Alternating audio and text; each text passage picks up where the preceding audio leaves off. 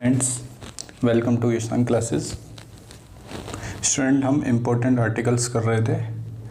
हमने इससे part first में 11 आर्टिकल्स करे थे। उसके आगे के हम कुछ इम्पोर्टेंट आर्टिकल्स देखते हैं। ठीक है भाई, ये इतने इम्पोर्टेंट हैं कि इसी में से 99% इसी में से आपका आर्टिकल लगेगा। ठीक है, सभी एग्ज़ाम में ये आर्टिकल से रिलेटेड क्वेश्चन पॉलिटी में आता ही आता है।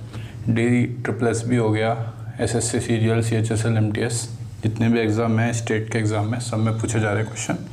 ठीक है, हमने पार्ट 1 में 11 कर लिए थे, उससे हम आगे देखते हैं। पार्ट 1 में भाई एक आर्टिकल हमारा मिस हो गया था, वो आर्टिकल पहले आप देख लीजिए। आर्टिकल नंबर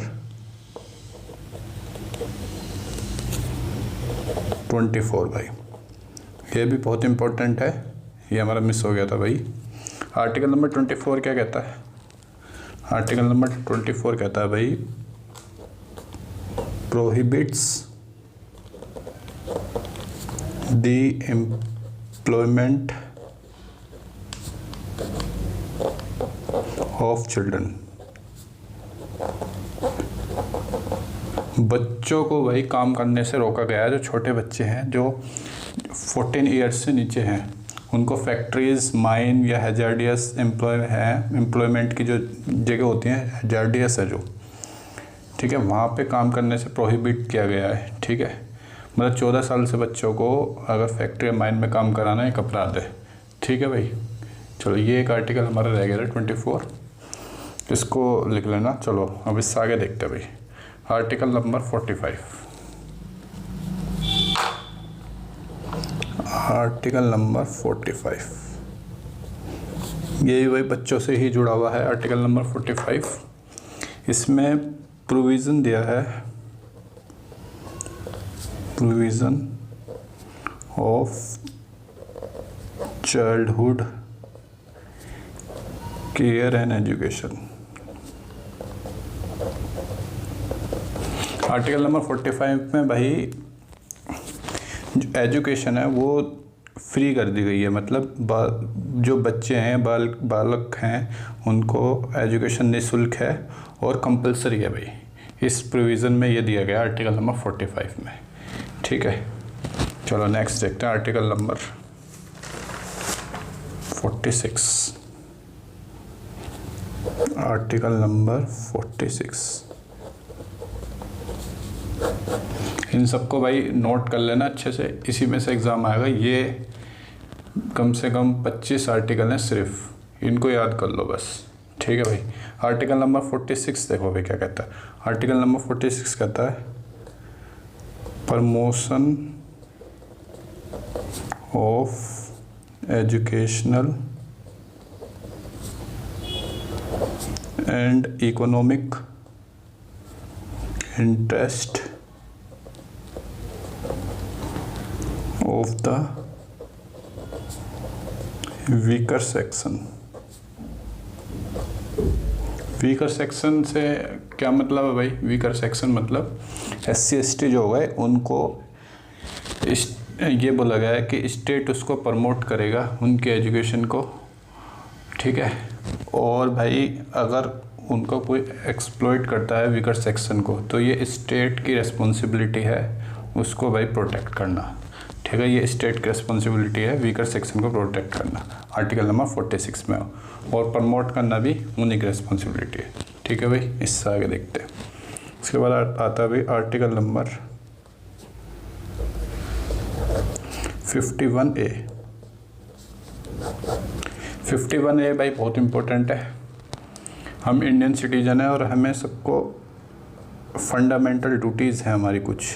ठीक है, फंडामेंटल ड्यूटीज़ इंडियन सिटीजन्स की। ठीक है, तो ये किस में आता है? आर्टिकल नंबर 51A में, फंडामेंटल ड्यूटीज़। ये बहुत इंपॉर्टेंट है, ये याद कर लेना 51A, इस पे क्वेश्चन कई बार आ चुके हैं। ठीक है, इससे आगे चलते हैं।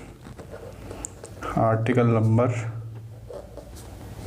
52, आर्टिकल नंबर 52 भाई किससे रिलेटेड है? हमारे प्रेसिडेंट से। इसमें क्या बताया गया है आर्टिकल नंबर 52 में कि हमारे इंडिया में प्रेसिडेंट होंगे, the president of our India. ठीक है, ये बताया गया आर्टिकल नंबर 52 में। ठीक है, अब प्रेसिडेंट से रिलेटेड चलेगा आर्टिकल नंबर 61। यही बहुत इंपॉर्टेंट है, आर्टिकल नंबर 61। इसमें क्या कहा गया है, प्रेसिडेंट का हम इम्पीचमेंट कर सकते हैं, मतलब प्रेसिडेंट का इम्पीचमेंट हो सकता है। इम्पीचमेंट मतलब अगर प्रेसिडेंट पे ब्लेम लगा है तो उसको प्रेसिडेंट को हटा भी सकते हैं। ठीक है, या हिंदी में इसको बोलते हैं महाभियोग प्रेसिडेंट पे चला जा सकता है, इम्पीचमेंट है। ठीक है, आर्टिकल नंबर 61 में। ठीक है, इसके बाद चलो, इसके बाद आता है आर्टिकल नंबर 63। ये भी इम्पोर्टेंट है भाई। इसमें क्या बताया गया है, वाइस प्रेसिडेंट ऑफ इंडिया, कि हमारे वाइस प्रेसिडेंट होंगे इंडिया के।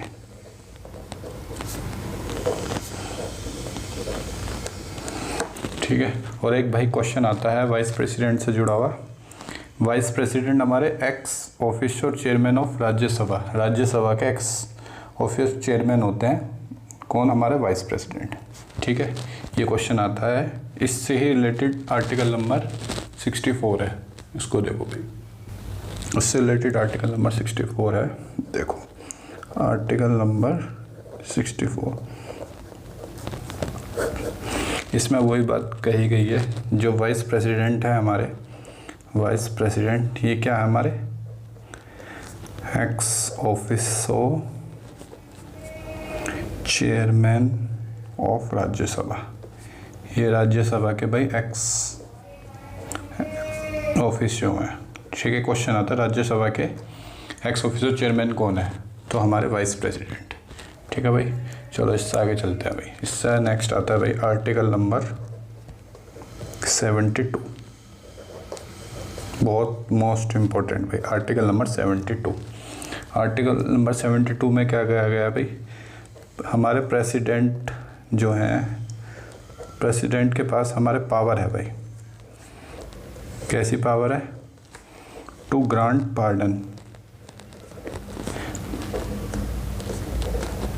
किसी भी कैदी को भाई, जो हमारे प्रेसिडेंट है, उसकी सज़ा कम कर सकते हैं, उसकी सज़ा को मतलब ख़त्म कर सकते हैं, या सज़ा को पोस्टपोन कर सकते हैं, मतलब आगे के लिए उस सज़ा को सस्पेंड कर सकते हैं, कम्यूट भी कर सकते हैं भाई, मतलब सजा, जैसे जो सज़ा मिली है उसका जो लेवल है उसकी हार्डनेस को कम कर सकते हैं। ये ऐसे प्रेसिडेंट को हमारी पावर दी गई है आर्टिकल नंबर 72 में। ठीक है भाई, चलो भाई आगे चलते हैं। इसके बाद देखो आर्टिकल नंबर 76। आर्टिकल नंबर 76 क्या कहता है भाई, आर्टिकल नंबर 76 में हमारे अटॉर्नी जनरल ऑफ इंडिया आते हैं। इनके पास भाई क्वालिफिकेशन है सुप्रीम कोर्ट जज बनने की। ठीक है, तो ये जुडिशल से रिलेटेड है, अटॉर्नी जनरल ऑफ इंडिया। ये हमारे किस में आते हैं, आर्टिकल नंबर 76 में। चलो भाई इससे आगे देखते हैं। इसके बाद आता भाई आर्टिकल नंबर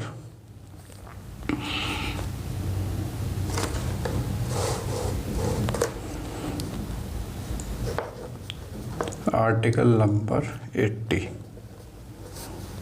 इसमें क्या कहा गया है भाई, इसमें composed of Rajya Sabha,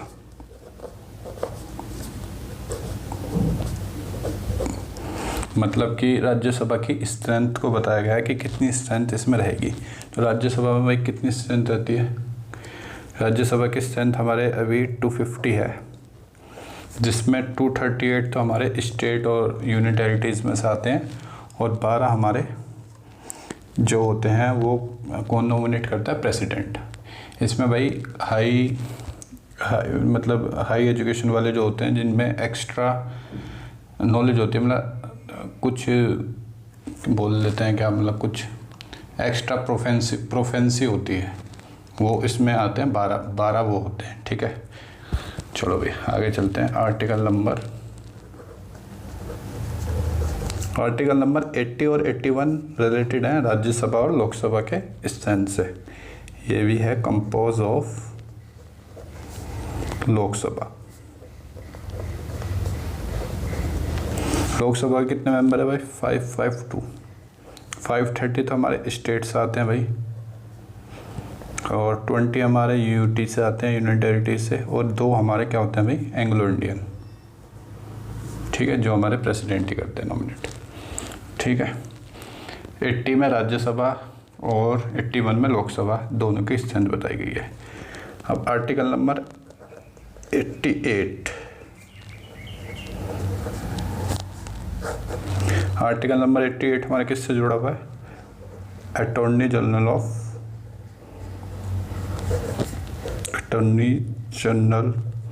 of India. इसमें क्या बताया गया है भाई? अटॉर्नी जनरल ऑफ इंडिया, ये आर्टिकल नहीं है, अटॉर्नी जनरल से जुड़ा हुआ है। मतलब इसमें ये बताया गया है कि जो अटॉर्नी जनरल ऑफ इंडिया है, ये प्रोसीडिंग कर सकते हैं राज्यसभा और लोकसभा दोनों में जाके, लेकिन इन पर पावर नहीं है वोट कास्ट करने की। पावर नहीं है टू वोट कास्ट। ठीक है भाई, ये बताया गया, इन पर पावर नहीं है वोट करने की, लेकिन ये प्रोसीडिंग अटेंड कर सकते हैं दोनों जगह, लोकसभा और राज्यसभा में भी। ठीक है, इससे आगे चलते हैं। इससे नेक्स्ट आता है भाई आर्टिकल नंबर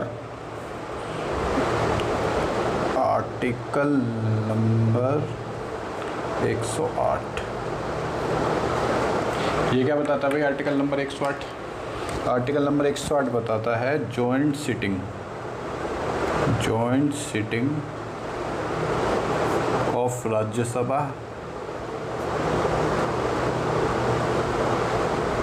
एंड लोकसभा।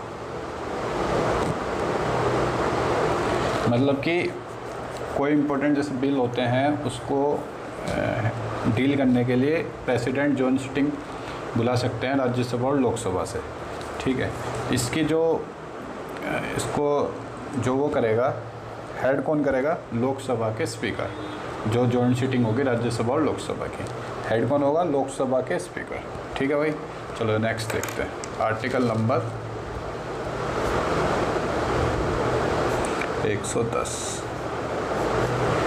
ये क्या बताता है भाई आर्टिकल नंबर 110?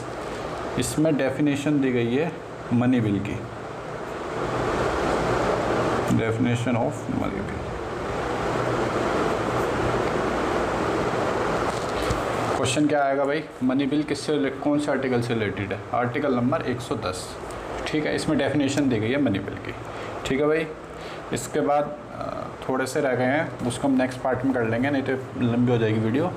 ठीक है भाई, thank you so much. Please channel को सब्सक्राइब और लाइक कर देना अगर आपको इन्फॉर्मेशन अच्छी लगी हो तो। Thank you.